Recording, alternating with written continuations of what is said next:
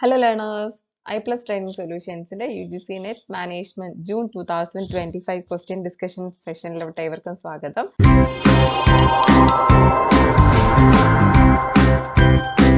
നമ്മുടെ പാർട്ട് 3 വരെ നമ്മൾ നോക്കി. ഇന്ന് അടുത്ത 10 ക്വസ്റ്റ്യൻസ് ഇൻക്ലൂഡ് ചെയ്തിട്ടുള്ള പാർട്ട് 4 ആണ് നോക്കുന്നത്. സോ ഡയറക്റ്റ്ലി നമുക്ക് ക്ലാസ്സിലോട്ട് മൂവ് ചെയ്യാം. So here is our first question. Arrange the following steps in the correct logical sequence to explain how indifference curve are derived. Indifference curve derive ചെയ്യുന്നതിന്റെ logical sequence എങ്ങനെയാണ് എന്നുള്ളതാണ് question ചോദിച്ചിരിക്കുന്നത്. Indifference curve എന്ന് വെച്ചാൽ എങ്ങനെയാണ് ഒരു കൺസ്യൂമറിന് അയാളുടെ ലിമിറ്റഡ് ഇൻകം യൂസ് ചെയ്തിട്ട് പർച്ചേസ് ചെയ്യാൻ പറ്റുന്ന ഡിഫറെന്റ് കോമ്പിനേഷൻ ഓഫ് ഗുഡ്സ് കാണുമായിരിക്കും. ലെറ്റ്സ് സേ നമ്മൾ ഇപ്പം എൻ്റെ കയ്യിൽ ഒരു 100 രൂപയുണ്ട്. ആ 100 രൂപ വെച്ചിട്ട് എനിക്ക് ഫ്രൂട്ട്സ് ആണ് വേണ്ടത്. അപ്പോൾ എനിക്ക് അവൈലബിൾ ആയിട്ടുള്ള രണ്ട് ഓപ്ഷൻ എന്ന് വെച്ചാൽ എനിക്ക് ആപ്പിളും മേടിക്കാം, ഓറഞ്ചും മേടിക്കാം. ആ 100 രൂപ വെച്ചിട്ട് എനിക്ക് വേണമെന്നുണ്ടെങ്കിൽ 1/2 കിലോ ആപ്പിളും 1/2 കിലോ ഓറഞ്ചും മേടിക്കാം. ഇപ്പോഴത്തെ വിലയിൽ അങ്ങനെ കിട്ടത്തില്ല, എന്നാലും ഫോർ എക്സാമ്പിൾ. അപ്പോൾ 1/2 കിലോ ആപ്പിളും 1/2 കിലോ ഓറഞ്ചും മേടിക്കാം. അല്ലെങ്കിൽ എനിക്ക് എന്ത് ചെയ്യാം, 1/4 കിലോ ആപ്പിളും 1/4 കിലോ ഓറഞ്ചും മേടിക്കാം. അല്ലെങ്കിൽ തിരിച്ച് 1/4 കിലോ ആപ്പിളും 1/4 കിലോ ഓറഞ്ചും മേടിക്കാം. എങ്ങനെ വേണമെങ്കിലും ചെയ്യാം. അപ്പോൾ അതിൽ ഏത് കോമ്പിനേഷൻ വന്നാലും ഞാൻ ഈക്വലി സാറ്റിസ്ഫൈഡ് ആണ്. അതാണ് എൻ്റെ ഇൻഡിഫറൻസ് എന്ന് പറയുന്നത്.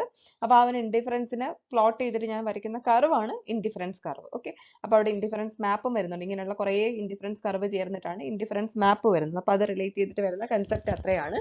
ഇത് നമ്മുടെ മാനേജറൽ എക്കണോമിക്സിൽ, മൈക്രോ എക്കണോമിക്സിൽ ഡിമാൻഡ് ആ ഒരു പോർഷനെ റിലേറ്റ് ചെയ്തിട്ട് ചോദിച്ചിരിക്കുന്ന ഒരു ക്വസ്റ്റ്യൻ ആണ് കേട്ടോ. അപ്പോൾ അതിന്റെ സീക്വൻസ്, അതിന്റെ എങ്ങനെയാണ് ആ ഒരു ഇൻഡിഫറൻസ് കർവിലോട്ട് നമ്മൾ വരുന്നത്, എങ്ങനെയാണ് ഡിറൈവ് ചെയ്ത് വരുന്നത് എന്നുള്ളതിനെ അറേഞ്ച് ചെയ്യാനുള്ള ഒരു ക്വസ്റ്റ്യൻ ആണ് ഇവിടെ ഉള്ളത്. അപ്പോൾ നോക്കാം നമുക്ക് എങ്ങനെയാണ്. എ പറയുന്നത് the consumer plots combination of goods that provide the same satisfaction. The consumer ranks preferences over combination of two goods. A downward sloping convex indifference curve is formed. The consumer reaches equilibrium where the budget line is stagnant to the indifference curve. ഈ ഒരു question കാണുമ്പോൾ simply നമുക്ക് മനസ്സിലാക്കാൻ പറ്റും ഇതിൽ D ആണ് എന്തായാലും last വരുന്നത്. കാരണം എന്താണ്, അവിടെ പറയുന്നത് കൺസ്യൂമർ റീച്ചസ് ഇക്വിലിബ്രിയം, ഇക്വിലിബ്രിയത്തിൽ എത്തുന്നു. ഇക്വിലിബ്രിയം എന്ന് പറഞ്ഞാൽ എന്താണ്, ബഡ്ജറ്റ് ലൈനും ഇൻഡിഫറൻസ് കർവും കൂടെ വരുന്ന ടാൻജന്റ് ചെയ്യുന്ന ആ ഒരു പോയിന്റ്. ദാറ്റ് മീൻസ് അത് തമ്മിൽ കൂട്ടിമുട്ടുന്ന പോയിന്റ് ആണ് കൺസ്യൂമറിന്റെ ഇക്വിലിബ്രിയം. ആ ഇക്വിലിബ്രിയം പോയിന്റിലോട്ട് കൺസ്യൂമർ എത്തണം എന്നുണ്ടെങ്കിൽ ആദ്യം എന്ത് ചെയ്യണം, ഇൻഡിഫറൻസ് കർവ് വരയ്ക്കണം അല്ലേ. അപ്പോൾ ആ സിയിലെ downward sloping convex indifference curve is formed. ആ ഡൗൺവേർഡ് സ്ലോപ്പിംഗും കോൺവെക്സും എന്നുള്ളത് നമുക്ക് ഈ ഒരു കോണ്ടെക്സ്റ്റിൽ നിന്ന് മാറ്റാൻ പറ്റും. അവിടെ ആ ഒരു ഇൻഡിഫറൻസ് കർവ് ഈസ് ഫോംഡ്, അങ്ങനെ തന്നെ നമുക്ക് അതിനെ വായിക്കാം. നെക്സ്റ്റ് ആണ് ഒരു എന്താണ്, ഒരു ഇക്വിലിബ്രിയം പോയിന്റിലോട്ട് വരുന്നത്. അപ്പോൾ സി കഴിഞ്ഞിട്ടാണ് ഡി വരുന്നത് എന്നുള്ളത് നമുക്ക് ഐഡിയ കിട്ടി. അത് മനസ്സിലാക്കി കഴിഞ്ഞാൽ നമുക്ക് ഓപ്ഷൻ 3ഉം 4ഉം എലിമിനേറ്റ് ചെയ്യാനായിട്ട് പറ്റും. പിന്നെ നമ്മുടെ കയ്യിലുള്ളത് എയിലാണോ ബിയിലാണോ സ്റ്റാർട്ട് ചെയ്യുന്നത്. എ പറയുന്നത് the consumer plots combination of goods that provide the same satisfaction. B പറയുന്നത് the consumer ranks preferences over combination of two goods. ഇത് നമ്മൾ കുറച്ചും കൂടെ ഒന്ന് തിങ്ക് ചെയ്യുകയാണെന്നുണ്ടെങ്കിൽ നമുക്ക് മനസ്സിലാവും. ആദ്യം എന്ത് ചെയ്യണം, കൺസ്യൂമർ റാങ്ക് ചെയ്യണം. റാങ്ക് ചെയ്ത് കഴിഞ്ഞിട്ടായിരിക്കും ഒരേ സാറ്റിസ്ഫാക്ഷൻ വരുന്നതിന്റെ പല തരത്തിലുള്ള കോമ്പിനേഷൻ ഉണ്ടായിരിക്കും. അത് പ്ലോട്ട് ചെയ്യാനായിട്ട് പറ്റുന്നത്. അപ്പോൾ ബി കഴിഞ്ഞിട്ടാണ് എ വരേണ്ടത്. So the correct order would be B, A, C, D. മനസ്സിലായോ? അപ്പോൾ ആദ്യം എന്ത് ചെയ്യണം, consumer ranks preferences over combination of two goods. അയാൾക്ക് പർച്ചേസ് ചെയ്യാൻ പറ്റുന്ന കോമ്പിനേഷനിൽ ഇൻഡിഫറൻ്റ് ആണ്, അതിനെ റാങ്ക് ചെയ്യണം, ഏതായിരിക്കും ഞാൻ ഫസ്റ്റ് പ്രിഫർ ചെയ്യുന്നുള്ളത്. Then the consumer plots combination of goods that provide the same satisfaction. അതിൽ ഒരേ സാറ്റിസ്ഫാക്ഷൻ തരുന്നതിന് പ്ലോട്ട് ചെയ്യുന്നു. ദെൻ ഒരു ഡൗൺവേർഡ് സ്ലോപ്പിംഗ് ആയിട്ടുള്ള ഒരു ഇൻഡിഫറൻസ് കർവ് നമുക്ക് കിട്ടുന്നു. അടുത്താണ് നമ്മുടെ ആ ഒരു ബഡ്ജറ്റ് ലൈനും ഇൻഡിഫറൻസ് കർവും കൂടെ ടാലി ആകുന്ന, അല്ലെങ്കിൽ ഒന്നിച്ച് ചേരുന്ന ആ ഒരു പോയിന്റിൽ ഇക്വിലിബ്രിയം പോയിന്റിലോട്ട് എത്തുന്നു. ഓക്കെ ഫൈൻ, ഇതാണ് അതിൻ്റെ ഒരു ഓർഡർ വരുന്നത്. ഇനി ഇതിൽ നിന്ന് ഈ ഒരു ക്വസ്റ്റ്യനിൽ നിന്ന് നമുക്ക് വേറെ രണ്ട് ടേക്ക് അവേസും കൂടെ ഉണ്ട്. Indifference curve is downward sloping convex to origin ആണ്. അത് രണ്ടും ഇതിൻ്റെ ഒരു ടേക്ക് അവേ ആയിട്ട് അതുകൊണ്ട് നിങ്ങൾ ഓർത്ത് വെച്ചിരിക്കുക. Fine. First the consumer ranks preferences over bundles. ആദ്യം എന്ത് ചെയ്യുന്നു, ഓർഡിനൽ യൂട്ടിലിറ്റി അതാണ് അവിടെ പറയുന്നത്, ഓർഡറിലാക്കുന്നു. From this they identify and plots bundles with equal satisfaction. ആ ഒരു ഓർഡർ വന്നു കഴിയുമ്പോഴാണ് നമുക്ക് മനസ്സിലാവുന്നത് ഏതൊക്കെ ബണ്ടിലിൽ നിന്നായിരിക്കും എനിക്ക് equal satisfaction കിട്ടുന്നതെന്നുള്ളത്.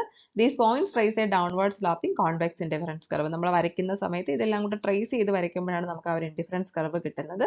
Finally with a budget line equilibrium is where it stands into the indifference curve. Okay, അതാണ് ഇതിൻ്റെ ഒരു ഓർഡർ വരുന്നത്.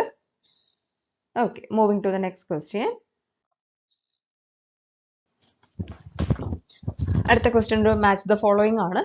ലിസ്റ്റ് 1ഉം ലിസ്റ്റ് 2ഉം ഉണ്ട്. കൺസെപ്റ്റും ഡിസ്ക്രിപ്ഷൻ നോക്കാം. എന്തൊക്കെയാണ് കൺസെപ്റ്റ് പറയുന്നത്? Personal management, human resource management, industrial relation and international HRM. ഇത്രയാണ് നമ്മുടെ ഓപ്ഷൻസ്. ഡിസ്ക്രിപ്ഷൻ പറയുന്നത് focuses on profit maximization by contributing by the people, managing employee-employer relations amicably, managing human resources challenges of international operations, developing attitude of the people for their best contribution. ഇതിൽ രണ്ട് options simply നമുക്ക് പിക്ക് ചെയ്യാനായിട്ട് പറ്റും. എന്താണ് international HRM, international operations എന്നൊരു word അവിടെ കിടപ്പുണ്ട് അല്ലേ? അപ്പൊ അത് നേരെ അങ്ങ് മാച്ച് ചെയ്താൽ പോലെ നമ്മൾ വേറെ ഒന്നും തിങ്ക് ചെയ്യേണ്ട ആവശ്യം വരുന്നില്ല. സോ ഡി മാച്ചസ് വിത്ത് 3. അപ്പൊ D3 ആകുമ്പോഴത്തേക്കും ആകെ ഒരൊറ്റ ഓപ്ഷനേ ഉള്ളൂ, ഓപ്ഷൻ 3 ആണ്. വേറൊന്നും അവിടെ വരുന്ന പോലും ഇല്ല.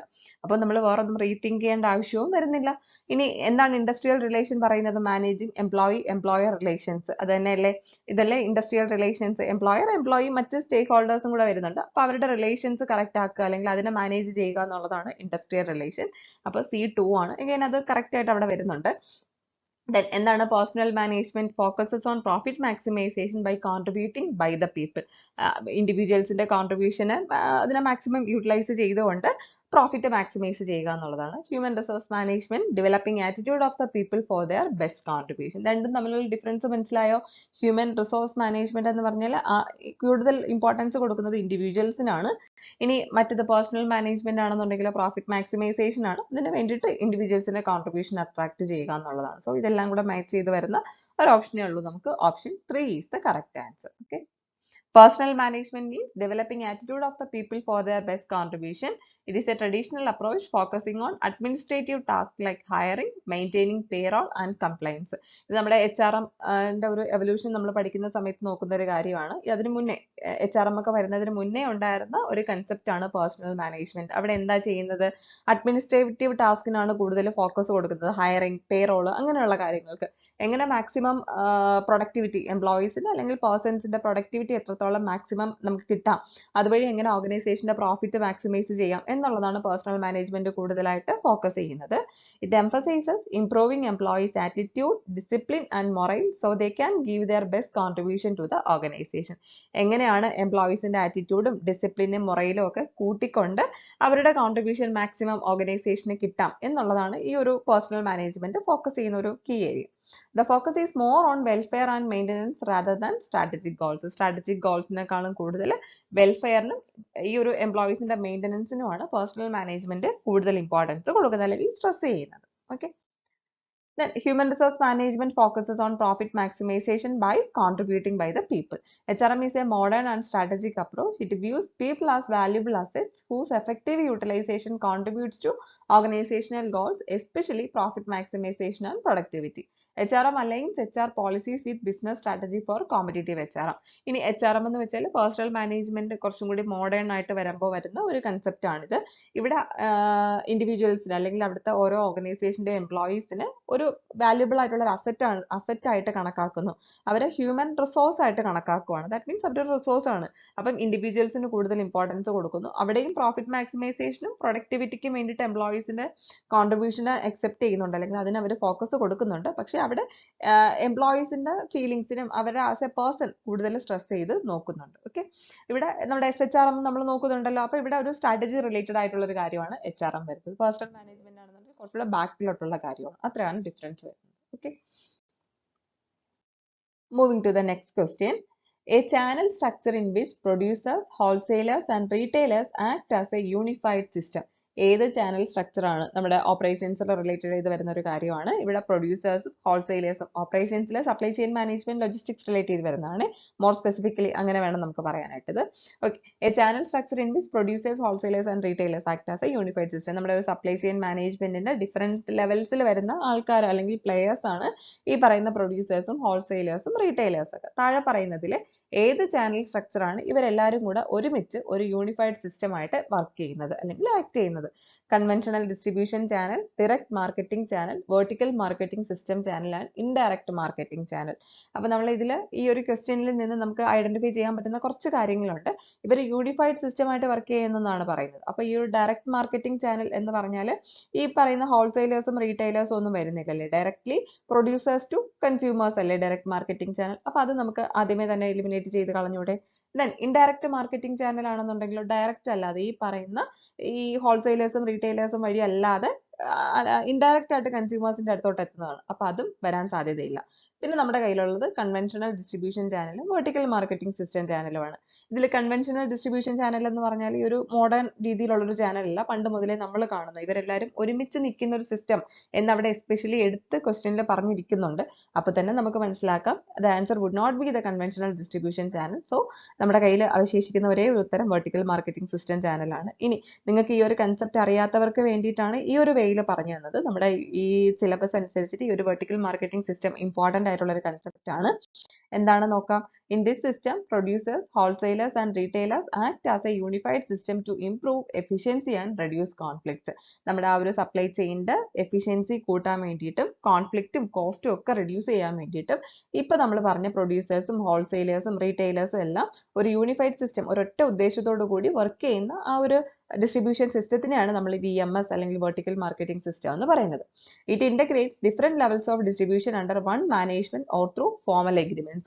ഫോർമൽ എഗ്രിമെന്റ്സ് വഴിയോ അല്ലെങ്കിൽ ഒരു ചാനൽ വഴിയോ ഇവരെല്ലാവരെയും കൂടെ ഇന്റഗ്രേറ്റ് ചെയ്യുന്നുണ്ട്. എല്ലാ ലെവൽസിനെയും തമ്മിൽ ഇന്റഗ്രേറ്റ് ചെയ്യുന്ന മാർക്കറ്റിംഗ് സിസ്റ്റം ആണ് വെർട്ടിക്കൽ മാർക്കറ്റിംഗ് സിസ്റ്റം. ഓക്കെ.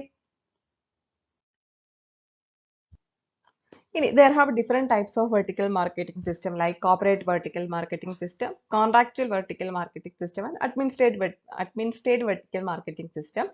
ഇതിൽ ആ ഒരു contractual vertical marketing system again classify ചെയ്യാം wholesale sponsored, franchisee program and retailer sponsored cooperatives എന്നുള്ളത്. അതിൽ തന്നെ again ആ ഒരു franchisee program manufacturer sponsored ഉണ്ട്, manufacturer sponsored wholesale franchisee ഉണ്ട്, retail ഉണ്ട്. സർവീസ് സ്പോൺസേർഡ് റീറ്റെയിൽ ഫ്രാഞ്ചൈസി ഉണ്ട്, സർവീസ് സ്പോൺസേർഡ് ഫ്രാഞ്ചൈസി സിസ്റ്റം ഉണ്ട്. യെസ്, ഇത് ഓരോന്നും എന്താണെന്നുള്ളത് നോക്കി വെച്ചിട്ട് പോവാം. ഒരു തവണ ഇതിന്റെ എക്സാമ്പിൾ വെച്ചിട്ട് ഒരു ക്വസ്റ്റ്യൻ ഉണ്ടായിരുന്നു. സോ ഇത്രയും ഡീറ്റെയിൽ ആയിട്ട് പറയാനുള്ള സമയം നമുക്കില്ല. സോ ഇത് ഓരോന്നും എന്താണ് വെർട്ടിക്കൽ മാർക്കറ്റിംഗ് സിസ്റ്റം എന്നുള്ളതും അതിന്റെ ഓരോ ടൈപ്സും എന്താണെന്നും നല്ലതുപോലെ നോക്കുക. Okay, it is important area. Moving to the next question. Which of the following are components of agile supply chain? Agile supply chain ന്റെ components ഏതൊക്കെയാണ് എന്നുള്ളതാണ് question, and the options are virtual, market sensitive, pickup fulfillment, process integration and store based fulfillment. എന്താണ് correct answer? Virtual ആണ്. Agile supply chain എന്താ ഉദ്ദേശിക്കുന്നത്? It focuses on responsiveness, flexibility and adaptability to meet rapidly changing customer demands. അപ്പോൾ agile എന്ന് വെച്ചാൽ നമുക്ക് പെട്ടെന്ന് change ചെയ്യാൻ പറ്റുന്നത്, റെസ്പോൺസീവ്നെസ് ആയിട്ടുള്ള, ദാറ്റ് മീൻസ് നമുക്കൊരു ഓർഡർ വന്ന ഉടനെ തന്നെ നമുക്ക് റെസ്പോണ്ട് ചെയ്യാൻ പറ്റുന്നുള്ള, ഏറ്റവും ഫാസ്റ്റ് ആയിട്ട് ക്വാളിറ്റിയിലുള്ള കാര്യങ്ങൾ റെസ്പോണ്ട് ചെയ്യാൻ പറ്റുന്ന അല്ലെങ്കിൽ ഡിമാൻഡ് സാറ്റിസ്ഫൈ ചെയ്യാൻ പറ്റുന്ന, ഫ്ലെക്സിബിൾ ആയിട്ടുള്ള, എൻവയോൺമെന്റിൽ വരുന്ന ചേഞ്ചസിനനുസരിച്ചിട്ട് ചേഞ്ച് ചെയ്യാൻ പറ്റുന്നതും അഡാപ്റ്റബിളും ആയിട്ടുള്ള രീതിയിലുള്ള ഒരു സപ്ലൈ ചെയിനെയാണ് നമ്മൾ അജൈൽ സപ്ലൈ ചെയിൻ എന്ന് പറയുന്നത്. Lean and agile manufacturing supply ചെയിനൊക്കെ ഓപ്പറേഷൻസ് മാനേജ്മെന്റ് റിലേറ്റഡ് ആയിട്ട് വരുന്ന കൺസെപ്റ്റ്സ് ആണ്, ഇമ്പോർട്ടന്റ് ഏരിയാസ് ആണ്. ഓക്കെ, അപ്പം റാപ്പിഡ്ലി ചേഞ്ചിങ് കസ്റ്റമർ ഡിമാൻഡിനനുസരിച്ചിട്ട് അതിനോട് ചേർന്ന റെസ്പോൺസീവ് ആയിട്ടുള്ള, ഫ്ലെക്സിബിൾ ആയിട്ടുള്ള, അഡാപ്റ്റബിൾ ആയിട്ടുള്ള സപ്ലൈ ചെയിനെയാണ് അജൈൽ സപ്ലൈ ചെയിൻ എന്ന് പറയുന്നത്. ഇതിന്റെ കീ കമ്പോണൻസ് ഏതൊക്കെയാണ്? Virtual, market sensitive and process integration. ഇത് മൂന്നുമാണ് അതിന്റെ കീ ഫോക്കസ് ഏരിയാസ് അല്ലെങ്കിൽ കീ കമ്പോണൻസ് എന്ന് പറയുന്നത്. വിർച്വൽ എന്ന് വെച്ചാൽ ഇത് supply chain is information based rather than inventory based, enabling quick responses through real time data. നമ്മുടെ ഒരു സിമ്പിൾ എക്സാമ്പിൾ പറയുവാണെങ്കിൽ നമുക്കിപ്പോൾ ഫ്ലിപ്കാർട്ടിൻ്റെയൊക്കെ ഓർഡർ ട്രാക്ക് ചെയ്യാൻ പറ്റില്ലേ? ഫ്ലിപ്കാർട്ട് മാത്രമല്ല ഏത് ഓൺലൈൻ സ്റ്റോർ ആണെന്നുള്ളത്. അപ്പോൾ വിർച്വൽ ആണ്. നമ്മുടെ പ്രോഡക്റ്റ് എവിടെ എത്തി, എവിടെയാണ് അതിന്റെ കറണ്ട് പൊസിഷൻ എന്നൊക്കെ അറിയാനായിട്ട് പറ്റും. അപ്പോൾ ഇത് ഇൻഫർമേഷൻ ബേസ്ഡ് ആയിട്ടുള്ള സപ്ലൈ ചെയിൻ ആണ്. ഇൻവെന്ററി ബേസ്ഡിനെക്കാളും കൂടുതൽ ഇത് ഇൻഫർമേഷൻ ബേസ്ഡ് ആയിട്ടുള്ള ഒരു സപ്ലൈ ചെയിൻ ആണ്. എന്തിനാണ് അങ്ങനെ ഒരു വിർച്വൽ സപ്ലൈ ചെയിൻ നമ്മുടെ ആവശ്യം എന്ന് ചോദിച്ചാൽ റിയൽ ടൈം ഡേറ്റയ്ക്ക് അനുസരിച്ചിട്ട് റെസ്പോൺസ് കൊടുക്കാൻ വേണ്ടിയിട്ടാണ്. Then market sensitive, it response to actual customer demand signals rather than forecast. Customer ഫോർകാസ്റ്റിനെക്കാളും കൂടുതൽ ആക്ച്വൽ കസ്റ്റമർ ഡിമാൻഡിനാണ് കൂടുതൽ ഇമ്പോർട്ടൻസ് കൊടുക്കുന്നതും അതിനോടാണ് ഇത് റെസ്പോണ്ട് ചെയ്യുന്നതും. Then process integration, close collaboration among supply chain partners to share information and coordinate activities. Supply ചെയിനിൽ കുറേ partners ഉണ്ട് അല്ലെ, പല ഓരോ ലെവൽസിലും ഓരോ ആൾക്കാരുണ്ട്. ഇവരെല്ലാവരും തമ്മിലൊരു കറക്റ്റ് ആയിട്ടുള്ള ഒരു കൊളാബറേഷനും പ്രോപ്പർ ആയിട്ടുള്ള ഇൻഫർമേഷൻ ഷെയറിങ്ങും കോർഡിനേഷനും ഒക്കെ കൊണ്ടുവരിക. ഇതൊക്കെയാണ് ഈ അജൈൽ സപ്ലൈ ചെയിനിന്റെ മേജർ കമ്പോണൻസ് എന്ന് പറയുന്നത്. സോ നമ്മുടെ ആൻസറിൽ വരുന്ന ഓപ്ഷൻസ് ഇതൊക്കെ തന്നെയാണ്: virtual, market sensitivity and process integration. Okay, next question. Receipts of interest on foreign investments and royalties on trademarks held abroad are reflected in which of the following part of the balance of payment? Simple question ആണ്. നമ്മളെ question കുറച്ച് lengthy ആണെന്നേ ഉള്ളൂ. നമ്മൾ അതിനൊന്ന് read ചെയ്ത് കുറച്ചാക്കി കഴിഞ്ഞാൽ simple question. Okay, നമ്മുടെ foreign ഇതെല്ലാം ചോദിച്ചിരിക്കുന്നത് എന്തിനെ ബേസ് ചെയ്തിട്ടാണ്? ഇന്റർനാഷണൽ ട്രേഡിലെ ബാലൻസ് ഓഫ് പേയ്മെന്റ് എന്ന് പറയുന്ന ഒരു ഏരിയ റിലേറ്റ് ചെയ്തിട്ട് വരുന്ന ക്വസ്റ്റ്യൻ ആണ്. അപ്പോൾ നമ്മുടെ ഫോറിൻ ഇൻവെസ്റ്റ്മെന്റിൽ നിന്ന് കിട്ടുന്ന ഒരു receipts of interest on foreign ഇൻവെസ്റ്റ്മെന്റും റോയാലിറ്റീസ് ഓൺ ട്രേഡ് മാർക്സും താഴെ പറയുന്നതിൽ ആ ബാലൻസ് ഓഫ് പേയ്മെന്റിന്റെ ഏത് അക്കൗണ്ടിലാണ് കാണിക്കുന്നത് എന്നുള്ളതാണ് ക്വസ്റ്റ്യൻ. നമ്മുടെ ഓപ്ഷൻസ് എന്തൊക്കെയാണ്? Balance of trade, capital account, balance of invisible, official reserve account. നമ്മുടെ correct answer balance of invisible ആണ്. എങ്ങനെയാണ് വന്നതെന്നുള്ളത് നമുക്ക് നോക്കാം. എന്താണ് ബാലൻസ് ഓഫ് പേയ്മെന്റ് എന്നുള്ളത് നമുക്കറിയാം. അത് രണ്ട് പാർട്ടാണ് മെയിൻ ആയിട്ട് അതിനുള്ളത്, കറണ്ട് അക്കൗണ്ടും capital account and financial account. ഈ കറണ്ട് അക്കൗണ്ടിനെ അഗെയിൻ രണ്ടായിട്ട് ഡിവൈഡ് ചെയ്യുന്നു, ബാലൻസ് ഓഫ് ട്രേഡ് എന്നും ഇൻവിസിബിൾസ് എന്നും. ബാലൻസ് ഓഫ് ട്രേഡ് എന്ന് വെച്ചാൽ എക്സ്പോർട്സും ഇമ്പോർട്ട്സ് ഓഫ് ഗുഡ്സ് മാത്രം വരുന്നതാണ് ബാലൻസ് ഓഫ് ട്രേഡ്. ഇനി ഇൻവിസിബിൾസ് എന്ന് വെച്ചാൽ എന്താണ്? Services, income, transfers. ഈ മൂന്ന് കാര്യങ്ങളും കൂടെ ചേർത്തിട്ടാണ് ഇൻവിസിബിൾസ് പറയുന്നത്. നമ്മളോട് ക്വസ്റ്റ്യൻ ചോദിച്ചിരിക്കുന്നത് ഇൻട്രസ്റ്റും റോയാലിറ്റീസും ആണ് അല്ലേ? ആ റോയാലിറ്റി എന്നുള്ള ടേം അവിടെ വരുമ്പോൾ തന്നെ അതൊരു ഇൻവിസിബിൾ ആയിട്ടുള്ള ഒരു കാര്യമാണെന്ന് അറിയാം, നമ്മൾ പഠിച്ചിട്ടുണ്ട്. ബാലൻസ് ഷീറ്റിനകത്തൊക്കെ നമ്മൾ പറയുന്ന ഒരു കാര്യമാണത്. അപ്പോൾ ഗുഡ് വില്ല് പോലെ തന്നെ ഒരു ഇൻവിസിബിൾ ആയിട്ടുള്ള ഒരു സംഭവമാണ് റോയാലിറ്റീസ്. അപ്പോൾ അത് ഇൻവിസിബിൾ ആണ് എന്ന് പറയുമ്പോൾ തന്നെ ഇൻവിസിബിൾ ഇൻവിസിബിൾസിലായിരിക്കും അത് വരുന്നത്. അപ്പോൾ നമ്മുടെ കറക്റ്റ് ആൻസർ ഇൻവിസിബിൾസ് ആണ്. Okay, capital account and financial അക്കൗണ്ടിനകത്ത് മൂവ്മെന്റ് ഓഫ് ക്യാപിറ്റൽ, ഇൻവെസ്റ്റ്മെന്റ് ഒക്കെയാണ് ആ ഒരു ക്യാപിറ്റൽ അക്കൗണ്ടിനകത്ത് വരുന്നത്. അപ്പോൾ ആക്ച്വലി ബാലൻസ് ഓഫ് പേയ്മെന്റിന് രണ്ടായിട്ട് തിരിക്കാൻ നമുക്ക്, കറണ്ട് അക്കൗണ്ട് എന്നും ക്യാപിറ്റൽ അക്കൗണ്ട് എന്നും. കറണ്ട് അക്കൗണ്ട് അഗെയിൻ രണ്ട് ടൈപ്പ് ഉണ്ട്, ബാലൻസ് ഓഫ് ട്രേഡ്. രണ്ട് ടൈപ്പ് എന്നല്ല, it includes balance of trade and invisibles ആണ്. Okay, next question. Sequence the following activities in the process of standard costing. Standard കോസ്റ്റിംഗിന്റെ process, അതിനെ correct ഓർഡറിൽ arrange ചെയ്യാൻ, അതിൽ ഇൻക്ലൂഡ് ചെയ്തിട്ടുള്ള ആക്ടിവിറ്റീസിനെ കറക്റ്റ് ഓർഡറിൽ അറേഞ്ച് ചെയ്യാനാണ് ചോദിച്ചിരിക്കുന്നത്. എത്ര ക്വസ്റ്റ്യൻസ് നമ്മൾ നോക്കിയെന്ന് കണ്ടോ ഈ ഒരു അറേഞ്ച് ചെയ്യാൻ വേണ്ടിയിട്ട്. സോ ഈ ഒരു ടൈപ്പ് ഓഫ് ക്വസ്റ്റ്യൻ ഭയങ്കര ഇമ്പോർട്ടന്റ് ആണ് എന്നുള്ളതാണ് നമ്മൾ ഇതിൽ നിന്ന് മനസ്സിലാക്കേണ്ട ഒരു കാര്യം. ഓക്കെ ഓക്കെ, എന്തൊക്കെയാണ് നമ്മുടെ options? Establishing standard cost, measurement of actual cost, identifying variance and causes of variance, disposing the variance to cost and profit centers, comparison of actual and standard cost. നമ്മൾ എപ്പോഴും പറയുന്നത് പോലെ തന്നെ ഇത് നമുക്ക് ലോജിക് അപ്ലൈ ചെയ്ത് കണ്ടുപിടിക്കാൻ പറ്റുന്ന ഒരു ആൻസർ ആണ്. നോക്കാം നമുക്ക്. ഫസ്റ്റ് എന്താണ്? Establishing standard cost. സ്റ്റാൻഡേർഡ് കോസ്റ്റിംഗിന്റെ സീക്വൻസ് ആണ് നമ്മളോട് ചോദിച്ചിരിക്കുന്നത്. ഇനി അതറിയില്ലെങ്കിൽ ഇവിടെ നോക്കിക്കേ, എല്ലാ ഓപ്ഷൻസും സ്റ്റാർട്ട് ചെയ്തിരിക്കുന്നത് എയിലാണ്, എ കഴിഞ്ഞിട്ട് ബി ആണ്. അത് അവിടെ ഉറപ്പായിട്ടും ക്വസ്റ്റ്യനിൽ തന്നെ പറയുന്നുണ്ട്. അപ്പോൾ അതിൽ നമ്മൾ ഫർദർ തിങ്ക് ചെയ്യേണ്ട ആവശ്യം വരുന്നില്ല. So A is establishing standard cost, B is measurement of actual cost. അത് രണ്ടും കഴിഞ്ഞു. അത് കഴിഞ്ഞിട്ട് ഏതായിരിക്കും വരുന്നത്? Identifying variance. വാരിയൻസ് ഐഡന്റിഫൈ ചെയ്യണം എന്നുണ്ടെങ്കിൽ അതിന് മുന്നേ എന്തെങ്കിലും വരണ്ടേ? Disposing the variance to cost and profit centres, comparison of actual and standard cost. ആ ഒരു കമ്പാരിസൺ വന്നു കഴിഞ്ഞിട്ടായിരിക്കും അല്ലെ വേരിയൻസ് ഐഡന്റിഫൈ ചെയ്യാൻ പറ്റുന്നത്. ഇത് നമ്മൾ ആ ഒരു 4th യൂണിറ്റിലെ സ്റ്റാൻഡേർഡ് കോസ്റ്റിംഗ് റിലേറ്റ് ചെയ്തിട്ട് വരുന്ന ഒരു ക്വസ്റ്റ്യൻ ആണിത്. അപ്പോൾ ഇതിൽ നോക്കിക്കേ, വേരിയൻസ് ഐഡന്റിഫൈ ചെയ്താലായിരിക്കും ബാക്കി അറിയാനായിട്ട് പറ്റുന്നത്. അപ്പോൾ നമ്മൾ ആദ്യം സ്റ്റാൻഡേർഡ് കോസ്റ്റ് ഐഡന്റിഫൈ ചെയ്തു, ആക്ച്വൽ കോസ്റ്റ് മെഷർ ചെയ്തു. അത് തമ്മിലുള്ള വേരിയൻസ് അറിയണം എന്നുണ്ടെങ്കിൽ we have to compare these both standard cost and actual cost. So the third process or activity would be comparison of actual and standard cost. So A B E വന്നു. Then C ആണോ D ആണോ എന്നുള്ളതാണ് അടുത്ത confusion. C വരുന്ന identifying variance and causes of variance, disposing the variance to cost and profit centres.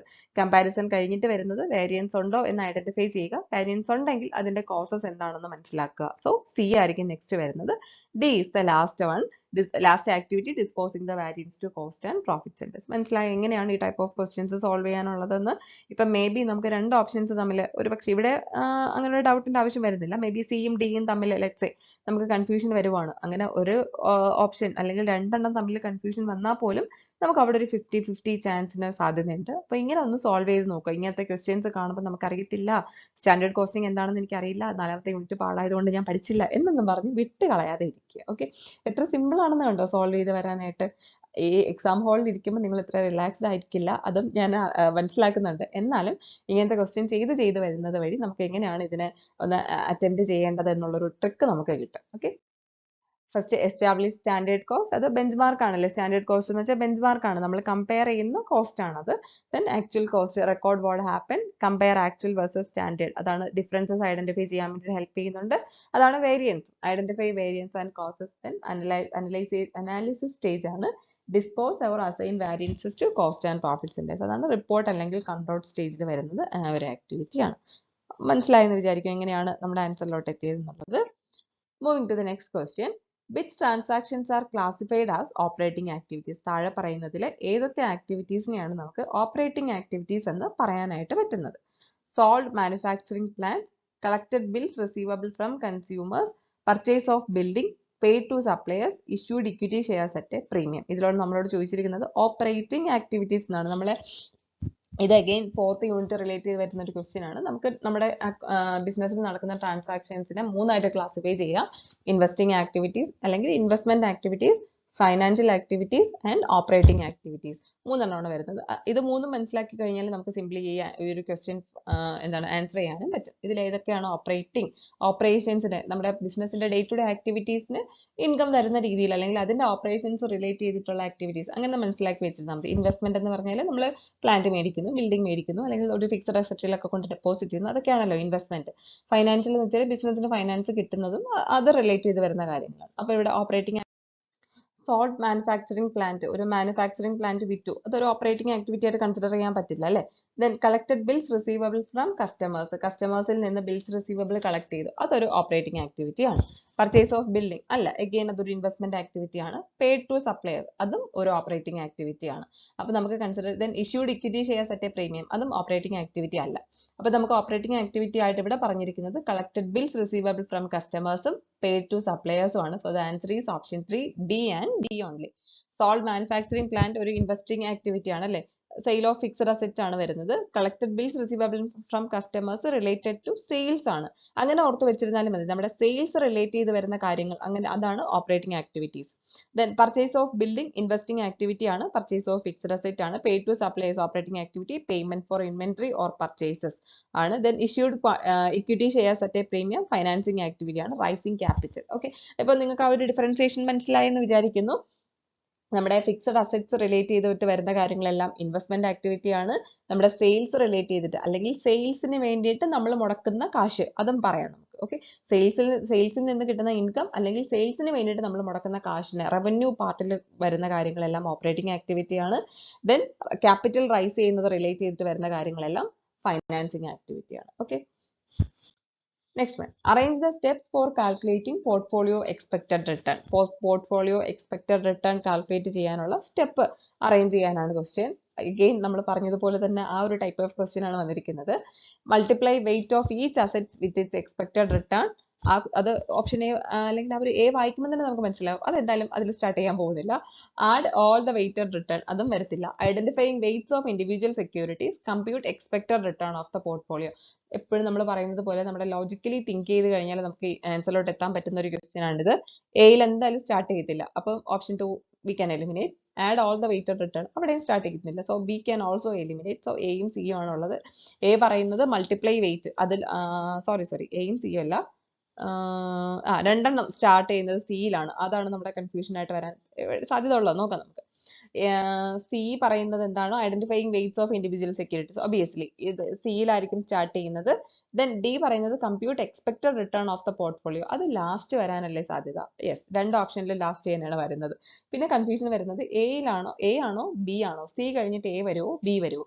A പറയുന്നത് multiply ചെയ്യാനും B പറയുന്നത് add all the weighted return. Multiply ചെയ്ത് കഴിഞ്ഞിട്ടായിരിക്കുമല്ലോ ആ ഒരു അഡിഷൻ വരുന്നത്. സോ എ കഴിഞ്ഞിട്ട് ബി വരുന്നു. So the correct sequence would be C, A, B, D. So option 1 is the correct answer. Okay. Next question. Which of the following is not a determinant of demand? ഒരു direct question ആണ്. താഴെ പറയുന്നതിൽ ഏതാണ് ഡിമാൻഡിന്റെ ഒരു determinant അല്ലാത്തത്? നമ്മുടെ options price of goods, consumer income, cost of production, consumer preferences. ഇതിൽ ഏതാണ് ആ ഒരു കോസ്റ്റ് ഓഫ് പ്രൊഡക്ഷൻ ഒഴികെ ബാക്കിയെല്ലാം ഡിറ്റർമിനന്റ് ഓഫ് ഡിമാൻഡ് എന്ന് പറഞ്ഞ് നമ്മൾ പഠിക്കുന്ന കാര്യങ്ങളാണല്ലേ. പ്രൈസ് ഓഫ് ഗുഡ്സ് വരുന്നുണ്ട്, കൺസ്യൂമർ ഇൻകം വരുന്നുണ്ട്, കൺസ്യൂമറിന്റെ പ്രിഫറൻസ്, ടേസ്റ്റ്, ക്ലൈമറ്റ് ചേഞ്ച്, അതെല്ലാം ഡിറ്റർമിനൻസ് ഓഫ് ഡിമാൻഡ് ആണ്. കോസ്റ്റ് ഓഫ് പ്രൊഡക്ഷൻ മാത്രം ഡിമാൻഡിന്റെ ഒരു ഡിറ്റർമിനന്റ് അല്ല.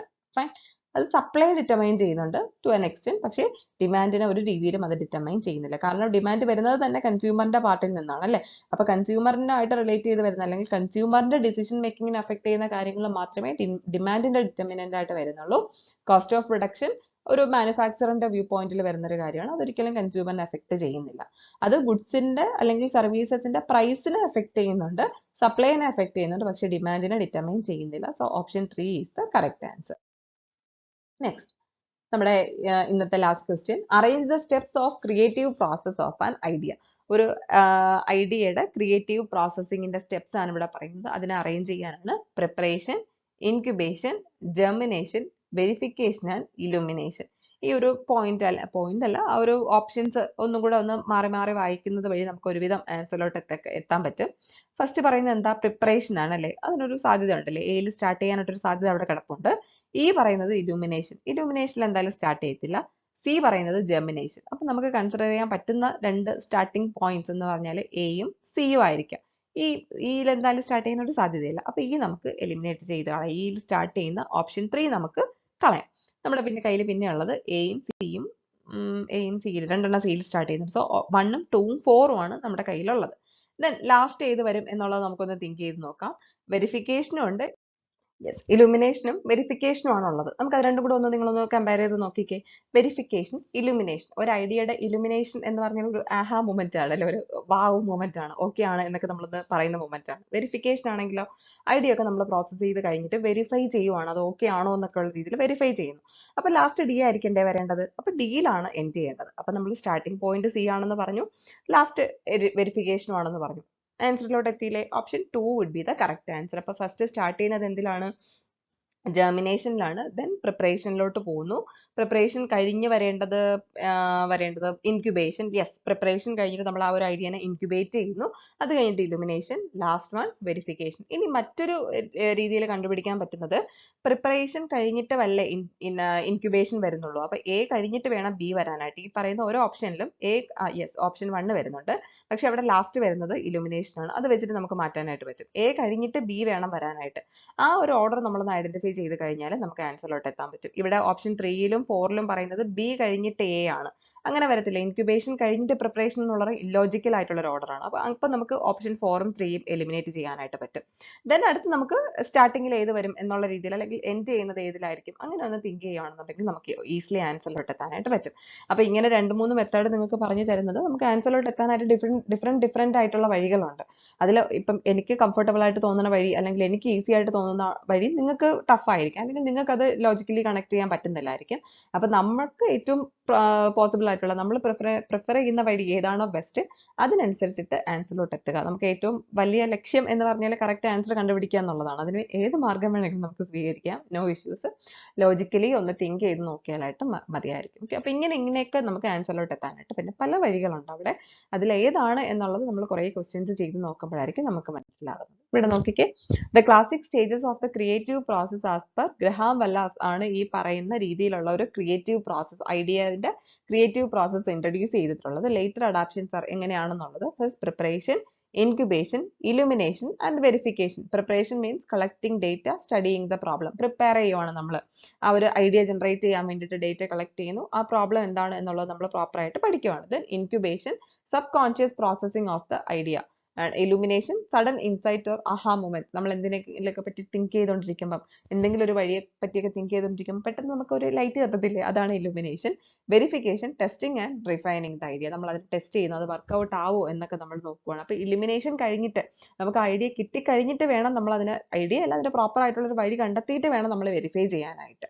In many innovation or entrepreneurship contexts, germination refers to the origin of the idea seed which is considered before preparation. ആ ഒരു germination എന്ന് പറഞ്ഞാൽ ഒരു സീഡ് നമ്മളിങ്ങനെ എടുക്കത്തില്ല, ഒരു ഒറിജിൻ എന്നുള്ള രീതിയിലാണ് എടുക്കുന്നത്. സോ അതുകൊണ്ടാണ് ജെർമിനേഷൻ ഫസ്റ്റ് വരുന്നത്. അതിന്റെ അവർ ഒഫീഷ്യലി പറഞ്ഞിട്ടുള്ള 4 പ്രോസസ്സ് ഇതൊക്കെയാണ്: preparation, incubation, illumination and verification ആണ്. ജെർമിനേഷൻ വരുന്നത് ആ ഒരു ഒറിജിൻ അവിടെ കൺസിഡർ ചെയ്യുന്നത് കൊണ്ടാണ്. സോ അതുകൊണ്ടാണ് ഈ ഒരു ഓർഡറിൽ വരുന്നത്. Okay, so that's all for today. Thank you so much. അടുത്ത 10 ക്വസ്റ്റ്യനുമായിട്ട് അടുത്ത ക്ലാസ്സിൽ കാണാം. Bye bye.